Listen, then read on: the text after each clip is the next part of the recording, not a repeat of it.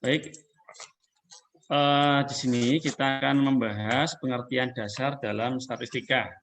Jadi sebelum kita masuk, karena kita di statistika deskriptif, maka kita akan bahas terlebih dahulu tentang statistika deskriptif. Yaitu yang pertama itu pengertian dasar dalam statistika. Oke, yang pertama di sini kita akan bahas tentang pengertian terlebih dahulu, yaitu terkait tentang statistika dan statistik. Apa sih bedanya antara statistika dengan statistik? Nah, kita bahas di sini karena seringkali ini kita ucapkan statistik dan statistika. Yang pertama di sini bahwa statistika adalah ilmu pengetahuan yang mempelajari tentang cara dan aturan mengenai pengumpulan, pengolahan, penganalisaan, penarikan kesimpulan, dan pengambilan keputusan berdasarkan data dan analisis yang dilakukan. Itu dinamakan sebagai statistika. Sedangkan statistik di sini memiliki dua pengertian. Dalam arti sempit bahwa statistik adalah kumpulan fakta yang berbentuk angka, baik disajikan dalam bentuk tabel maupun tidak, yang menggambarkan suatu persoalan. Dalam arti luas, bahwa statistik merupakan kumpulan cara dan aturan mengenai pengumpulan, pengolahan, penyajian, penganalisaan, dan interpretasi data untuk mengambil keputusan. Jadi jelas di sini bedanya bahwa di sini yaitu bahwa statistika merupakan ilmu pengetahuan. Kemudian statistika merupakan yaitu di sini kumpulan fakta, atau di sini yaitu kumpulan cara.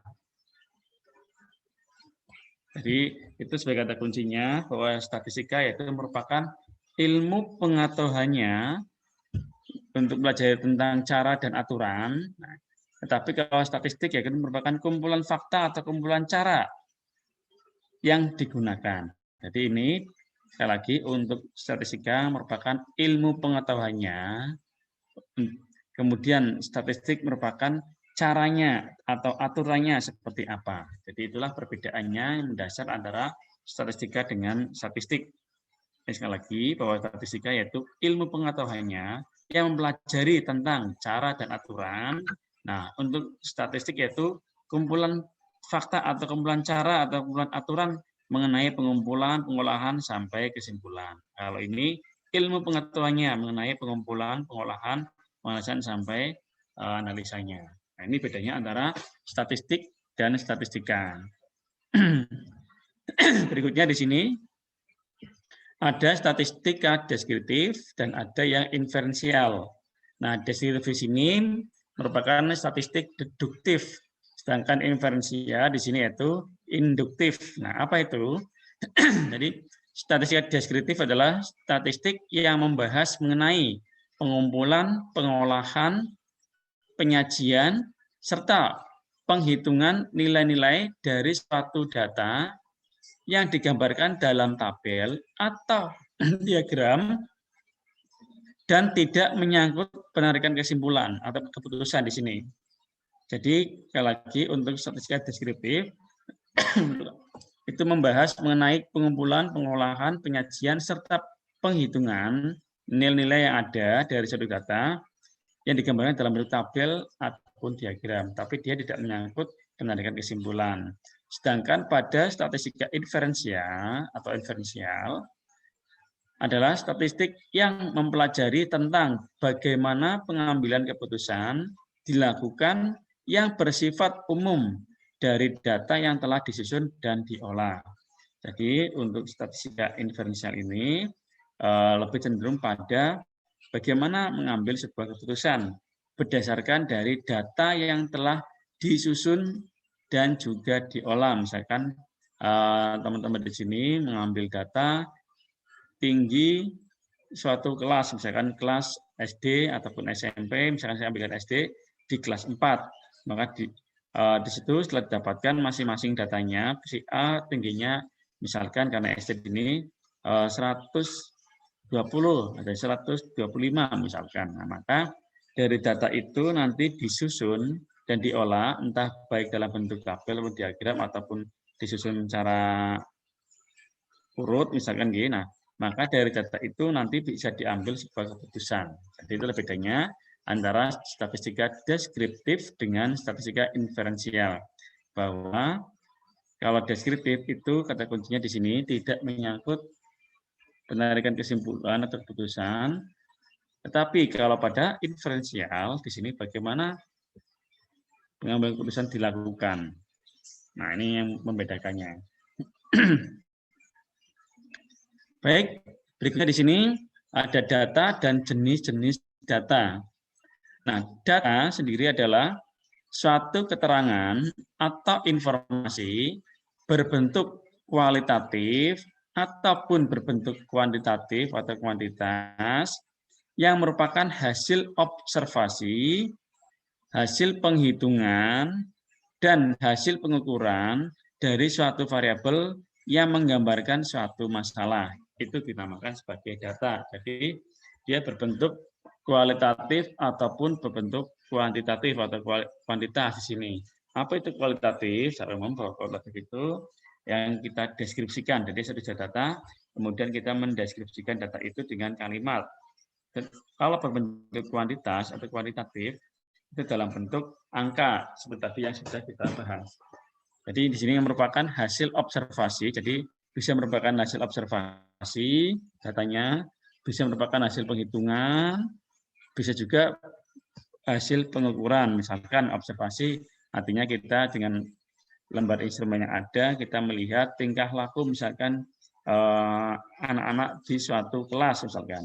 Di situ atau kita melihat keaktifan kelas. Dengan lembar keaktifan misalkan saya contohkan keaktifan tentang bertanya. Nah, maka di instrumen itu sudah ditentukan misalkan siswa yang aktif bertanya dengan skala 1, 2, 3, 4, 5 atau disebut skala Likert.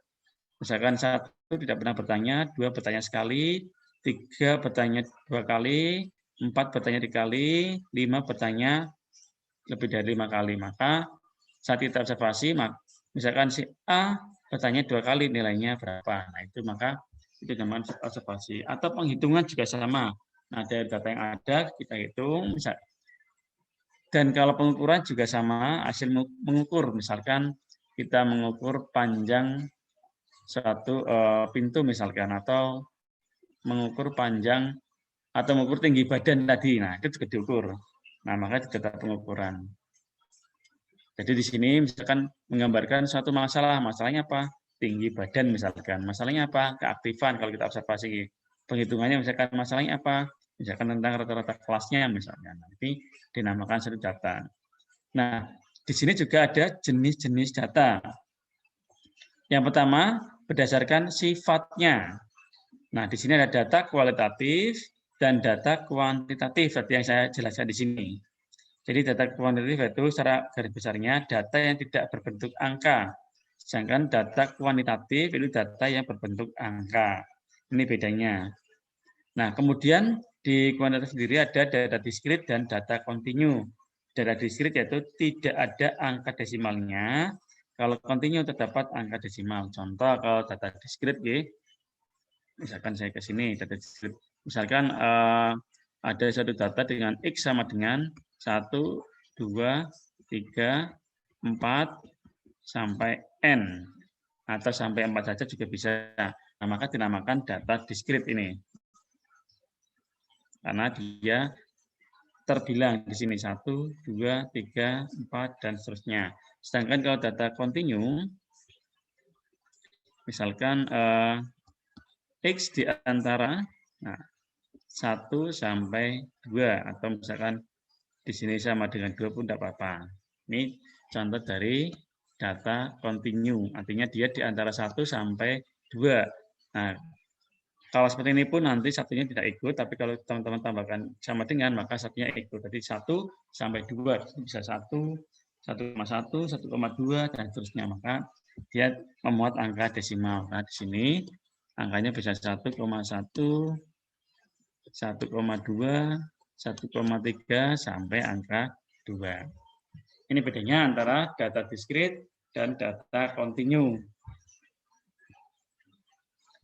Berikutnya berdasarkan cara memperolehnya. Kalau tadi berdasarkan sifatnya, sekarang kita bicara tentang berdasarkan cara memperolehnya. Di sini ada data primer dan ada data sekunder. Nah, data primer adalah data yang dikumpulkan dan diolah sendiri oleh suatu perusahaan atau organisasi atau oleh peneliti. Data sekunder adalah data yang diperoleh suatu organisasi atau perusahaan atau peneliti dalam bentuk yang sudah jadi dari pihak lain. Jadi sebagai contoh, data primer di sini misalkan. Nah, di sini sampaikan bahwa data primer adalah data yang dikumpulkan dan diolah sendiri oleh suatu perusahaan atau organisasi atau oleh peneliti. Contohnya, misalkan kita akan melihat tinggi badan di suatu kelas yang tadi saya contohkan, misalkan di kelas 4. Nah, maka kalau kita mengambil sendiri, artinya kita mengukur setiap anaknya dengan tinggi itu masing-masing, katakan ada 120, ada 125, ada 120, 115 misalkan. Nah, maka karena kita mengambil sendiri, dinamakan sebagai data primer. Karena kita mengambil atau mengolah sendiri dan kemudian diolah sendiri. Sehingga kita bisa menyampaikan setelah selesai mengukur tinggi badan, kita bisa cari rata-rata tinggi badan di kelas tersebut, yaitu misalkan 120. Nah, kita mengumpulkan data sendiri, kemudian diolah sendiri datanya. Kemudian contoh data sekunder, misalkan kita masih di tinggi badan, kita ingin mengetahui tinggi badan kelas 4 tadi sama. Nah, bedanya kalau di data sekunder ini yaitu data yang diperoleh satu organisasi atau perusahaan atau peneliti dalam bentuk yang sudah jadi dari pihak lain. Misalkan kita meminta data ini kepada si guru kelas tersebut. Kita katakan peneliti. Guru tersebut sudah memiliki data tentang tinggi badan atau rata-rata tinggi badan di kelas tersebut. Nah, maka karena kita nggak mengukur langsung, kita meminta pada guru atau dari pihak lain, di sini dalam hal ini guru, maka itu dinamakan data sekunder. Contoh lain misalkan, data primer yaitu saat kita ingin mengambil rata-rata kemampuan di kelas 4 tersebut, misalkan matematikanya atau mungkin bahasa Indonesianya. Nah, katakan kita ambil matematikanya. Kalau kita memberikan 1-2 soal langsung kepada siswa, kemudian nanti hasilnya dikumpulkan dan dikoreksi sendiri oleh kita, dan nanti ketemu bahwa rata-rata di kelas 4 itu kemampuan matematikanya yaitu 80 misalkan. Maka itu dinamakan data primer, kita ambil sendiri. Sedangkan data sekunder, berarti kita dari pihak lain, dalam hal ini guru kelasnya, misalkan kita minta data, Bapak, Ibu, saya minta data rata-rata kemampuan matematika di kelas 4, boleh tidak, misalkan boleh, setelah itu diberikan, kemudian itu dinamakan sebagai data sekunder, karena kita memperolehnya dari lain dalam hal ini guru. Ini berdasarkan cara memperolehnya. Kemudian berdasarkan sumbernya. Jadi ada data internal dan data eksternal. Data internal yaitu data yang menggambarkan keadaan dalam satu organisasi atau suatu perusahaan atau suatu data yang kita lihat di kelas 4 tadi misalkan. Data eksternal yaitu data yang menggambarkan keadaan di luar organisasi. Jadi jelas bahwa misalkan kita di kelas 4 tadi, kita bisa melihat data di kelas tersebut yang kita inginkan, misalkan tinggi badan, rata-rata kelas, atau yang lain. Nah, data eksternal di sini yaitu data yang menggambarkan keadaan di luar organisasi. Artinya, kita bisa melihat data kelas 4 itu dalam hal siswanya, kalau di luar kelas itu bagaimana cara belajarnya, orang tuanya bagaimana, apakah membimbing anaknya tidak, apalagi dalam masa-masa pandemi seperti ini, kita bisa bertanya lebih lanjut kepada siswa dan orang tua siswa, artinya bagaimana pembelajaran anak ibu, anak bapak di rumah, apakah didampingi atau tidak dan sebagainya, itu data eksternal. Kemudian berdasarkan cara penyusunannya atau skalanya. Nah, ini data ini yang nantinya sering kita gunakan untuk penelitian. Jadi ini yang sering kali digunakan. Yang pertama ada data nominal, yaitu data statistik yang memuat angka tetapi tidak memiliki arti apa-apa. Karena angka yang terdapat dalam data ini hanya merupakan tanda atau simbol, ini kata kuncinya, tanda atau simbol dari objek yang akan dianalisis. Contoh, 1 laki-laki, 2 perempuan. Angka 1 ini dan 2 itu tidak memiliki arti apa-apa. Karena itu hanya melambangkan simbol saja. Misalkan kita ganti laki-laki yang 2, perempuan yang 1. Nah, maka ini pun tidak masalah. Artinya antara 2 dan 1 tidak memiliki arti apa-apa. Bukan berarti 1 lebih baik dari 2, ataupun 2 lebih baik dari 1. Tapi lazimnya, kalau pada pengisian satu data, 1 itu, simbol 1 itu untuk laki-laki, 2 untuk perempuan. Contoh lagi misalkan, 1 kita tentang agama, ada Islam misalkan. Kedua, Kristen. 3, 4, 5, karena di Indonesia ada 5 agama. Nah, maka angka 1 dan ini dan seterusnya. Ada Hindu, ada Buddha, Protestan, ada Katolik. Nah, ini 1, 2, 3, 4, 5 ini tidak memiliki arti apa-apa. Dalam arti di sini, apakah 1 lebih dari 2? Tidak. Apakah 2 lebih dari 3? Juga tidak. Apakah 3 lebih dari 4? Juga tidak. Artinya ini sebagai tanda atau simbol saja, maka dinamakan data nominal. Mungkin teman-teman pernah mengisi suatu data, angket misalkan, mengisikan data laki-laki, perempuan, atau mungkin ada agamanya, dan sebagainya. Nah, ini 1, 2, 3, 4, 5, atau 1, 2 ini, itu merupakan tanda atau simbol. Nah, sedangkan data ordinal, yaitu data statistik yang mempunyai daya berjenjang. Tetapi perbedaan antara angka yang satu dan angka yang lain tidak konstan atau dia memiliki arti. Misalkan contoh, 1 tidak baik, 2 kurang baik, 3 baik, 4 sangat baik. Maka antara 1, 2, 3, dan 4 ini itu berjenjang.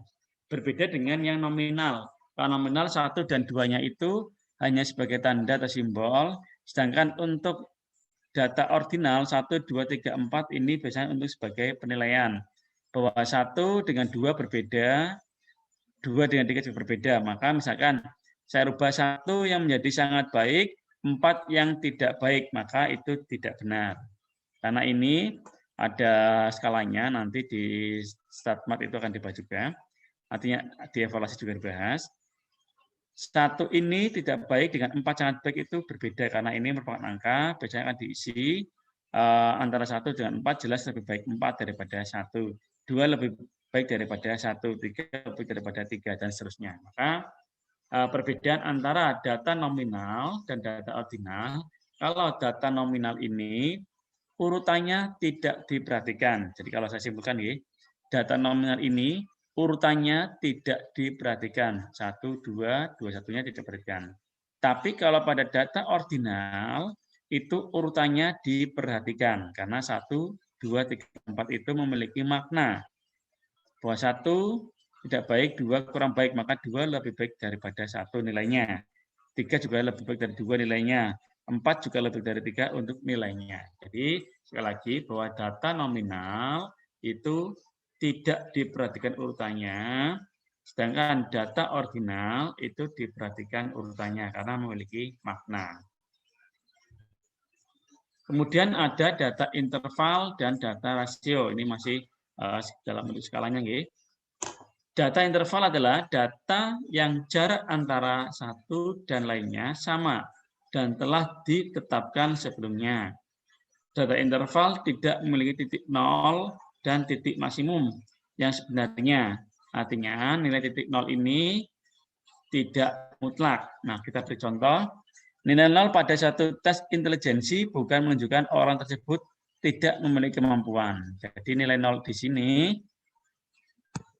bukan berarti tidak memiliki kemampuan. Misalkan kita dalam belajar di pendidikan matematika ada mata kuliah statistik, deskriptif, ada mata kuliah kalkulus, ada mata kuliah geometri. Nah, misalkan kita memperoleh nilai 0 pada kalkulus, bukan berarti kita itu bodoh, bukan berarti kita tidak memiliki kemampuan apa-apa.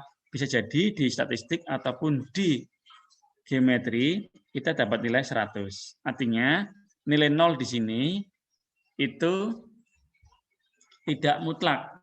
Contoh lagi, misalkan 0 derajat Celcius. Nah, maka 0 di sini bukan berarti tidak memiliki makna apa-apa, tapi untuk 0 derajat Celcius memiliki makna bahwa keadaan yaitu sedang sangat dingin. Karena 0 derajat itu sangat dingin. Nah, maka nilai 0 di sini tidak memiliki nilai mutlak. Itu contoh dari data interval. Artinya jika ada nolnya, maka kita lihat nolnya itu memiliki makna atau tidak memiliki makna. Sedangkan data rasio adalah jenis data yang mempunyai tingkatan tertinggi.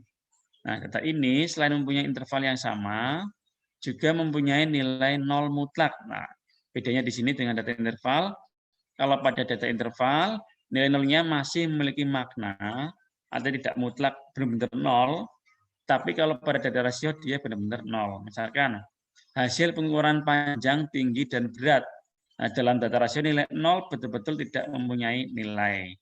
Artinya, saat kita mengukur panjang suatu katakan meja, kalau dia nol, tentunya kita melihat semesta bicaranya, kalau kita di cm, misalkan 0 cm, artinya berarti dia benar-benar nol. Tingginya sama, 0 cm berarti benar-benar tidak memiliki tinggi. Beratnya 0, juga berarti tidak memiliki tinggi.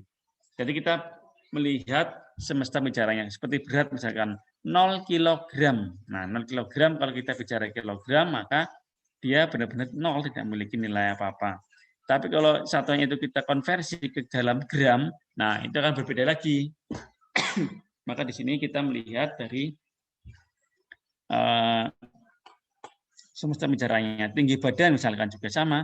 Misalkan 0 meter. Nah, karena kita bicara meter, 1 meternya 100, kalau kita mengukur anak-anak TK, mungkin belum sampai 1 meter, maka 0 meter itu benar-benar 0 kalau bicara 0. Tapi kalau kita konversi ke sentimeter, maka dia masih memiliki tinggi. Maka di sini kita perhatikan semesta bicaraannya, jika dia benar-benar 0 dan 0 tidak memiliki arti apa-apa, maka dia dinamakan data rasio. Itu bedanya data interval dan data rasio. Itu terletak pada nilai nolnya, mutlak dan tidak mutlaknya. Kemudian populasi dan sampel. Nah, populasi adalah keseluruhan objek penelitian yang dapat terdiri dari makhluk hidup, benda, gejala, nilai tes, atau peristiwa sebagai sumber data yang mewakili karakteristik tertentu dalam suatu penelitian. Jadi itu dinamakan sebagai populasi. Kemudian sampel adalah sebagian data yang merupakan objek dari populasi yang diambil dan dapat mewakili populasi. Jadi sampel itu sebagian data dengan teknik tertentu yang diambil oleh peneliti yang dapat mewakili populasinya. Yaitu tentunya mewakili karakteristiknya. Misalkan kita di dalam satu kelas, katakan kelas 4 SD ataupun kelas 1 SMP, kita ambil sampel dari misalkan masih satu kelas dari 20, kita ambil 5 atau 10, tentunya mewakili karakteristik dari data tersebut. Gitu.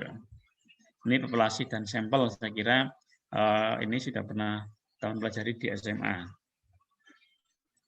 Kemudian di sini ada variabel dan jenisnya. Nah, tadi kita bicara data, sekarang kita bicara variabel. Apa itu variabel? Saya yakin teman-teman juga sering mendengarnya. Jadi variabel adalah suatu karakteristik dari suatu objek yang nilainya untuk setiap objek bervariasi dan dapat diamati atau dihitung atau diukur. Jadi kata kuncinya di sini bahwa variabel yaitu suatu karakteristik dari satu objek yang nilainya untuk setiap objek bervariasi, atau sederhananya karakteristik yang nilainya berubah-ubah. Jadi misalkan teman-teman mungkin pernah belajar aljabar, misalkan X plus 2Y sama dengan berapa misalkan.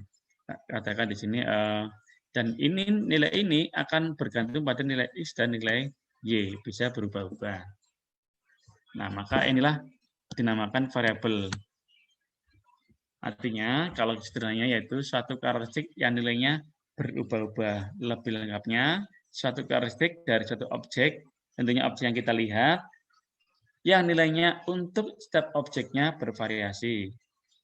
Dan ini dapat diamati, dihitung, atau diukur. Contoh tadi dalam mengukur tinggi badan, antara si A dengan si B mungkin berbeda tingginya, si B dengan si C mungkin berbeda tingginya. Dengan cara tadi berarti dengan diukur, karena kita tinggi badan berarti diukur. Nanti nilainya bisa berubah-ubah. Maka nilai X, Y ini juga bisa berubah. Maka akan ketemu nanti rata-ratanya.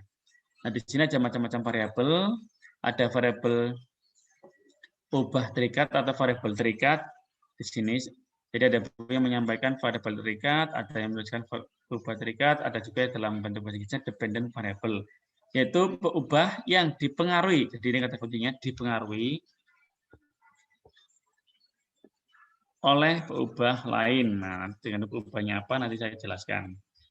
Kemudian yang kedua ada peubah bebas atau variabel bebas, atau ada menuliskan juga independent variable, yaitu peubah yang mempengaruhi. Nah, ini yang sering kita gunakan dalam metode pendidikan, yang mempengaruhi peubah lain. Itu kata kuncinya.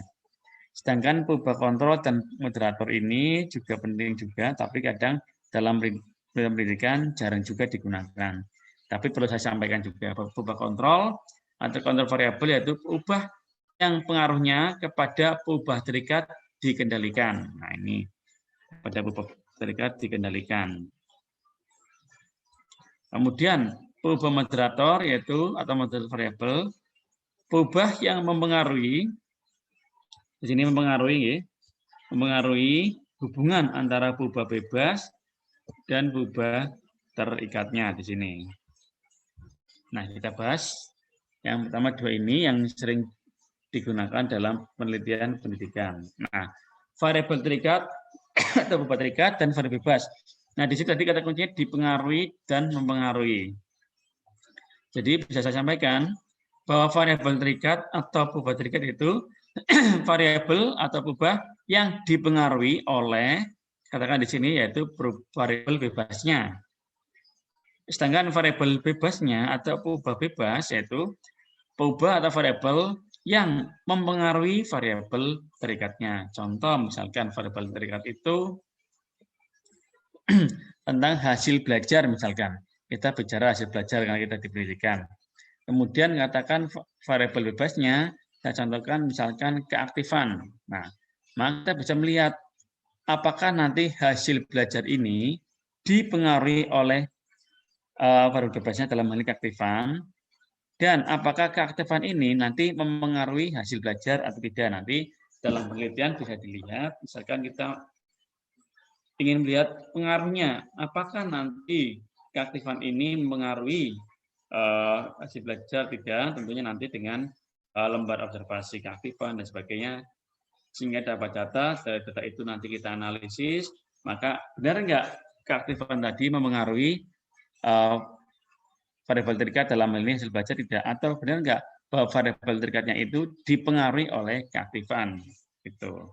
Misalkan nilai sementara yang kita ambil rata-rata 70 di kelas. Nah, setelah kita beri perlakuan di kelas dengan metode yang kita gunakan, maka misalkan kita melihat keaktifannya, kita gunakan metode yang bisa mengaktifkan pembelajaran, ternyata hasilnya rata-rata jadi 80, maka keaktifan ini mempengaruhi hasil belajarnya, atau hasil belajar dipengaruhi oleh keaktifan. Ini contoh dari macam-macam variabel. Nanti akan lebih lanjut dibahas pada metode penelitian.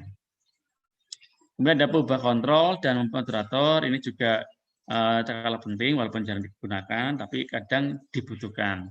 Jadi di sini ada perubah atau variabel yang pengaruhnya kepada peubah terikat dikendalikan di sini. Artinya kita memberikan perlakuan pada variabel terikatnya. Nah, variabel terikat di sini nanti bisa dikendalikan. Misalkan kalau dalam eksperimen kita bisa melihat dua kelas. Yang satu kelas yang kita gunakan untuk penelitian atau diberi perlakuan, kelas satunya sebagai kelas kontrolnya atau metode atau model yang digunakan oleh sekolah biasanya.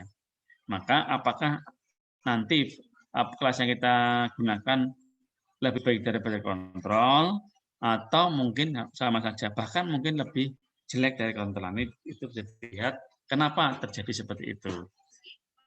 Kemudian ada pubah moderator atau moderator, yaitu pubah yang memengaruhi hubungan antara pubah bebas dengan pubah terikat. Jadi dalam pembelajaran nanti dalamnya itu ada enggak variabel yang berpengaruh terhadap variabel bebas dan variabel terikatnya. Misalkan dalam pembelajaran kita menggunakan bantuan video, menggunakan bantuan misalkan e-book atau yang lain, atau mungkin dengan bantuan-bantuan yang lain. Artinya ini pengaruh hubungan antara bebas dengan terikatnya. Ini contoh dari macam-macam variabel. Jadi sekali lagi nanti yang sering akan digunakan oleh teman-teman yaitu ini poin 1 dan poin 2. Kemudian ada teknik sampling. Nah, tadi kita bicara populasi sampel, maka bagaimana kita ambil sampel dari satu populasi. Jadi teknik sampling adalah suatu cara atau proses untuk mendapatkan sampel dari populasi. Tekniknya yang pertama, berdasarkan proses pemilihannya. Di sini ada teknik penarikan sampel dengan pengembalian, dan ada teknik penarikan sampel tanpa pengembalian. Jadi kalau yang pertama, teknik penarikan sampel dengan pengembalian atau sampling with replacement, yaitu setiap anggota sampel yang terpilih dikembalikan lagi ke tempatnya sebelum pemilihan selanjutnya dilakukan. Sehingga ada kemungkinan bahwa satu satuan teknik penarikan sampel akan terpilih lebih dari sekali. Misalkan dalam kelas kita ambil sampel satu si A, misalkan, setelah kita ambil datanya, kita kembalikan lagi di kelas. Kemudian kita sampel ambil lagi secara acak, kemungkinan si A bisa terpilih kembali. Atau kalau dalam probabilitas, teman-teman biasa ada kelereng merah, biru, hijau. Nah, saat kita ambil, dapat lereng merah, kemudian kita kembali lagi, saat kita ambil lagi, ada kemungkinan kelereng merah itu terpilih lagi. Kemudian teknik yang kedua, teknik penarikan sampel tanpa pengembalian, sampling without replacement. Yaitu setiap anggota sampel yang terpilih tidak dikembalikan lagi ke dalam suatu populasi, sehingga sampel yang terpilih tidak akan terpilih lagi. Ini berdasarkan pemilihannya. Kemudian berdasarkan peluang pemilihannya.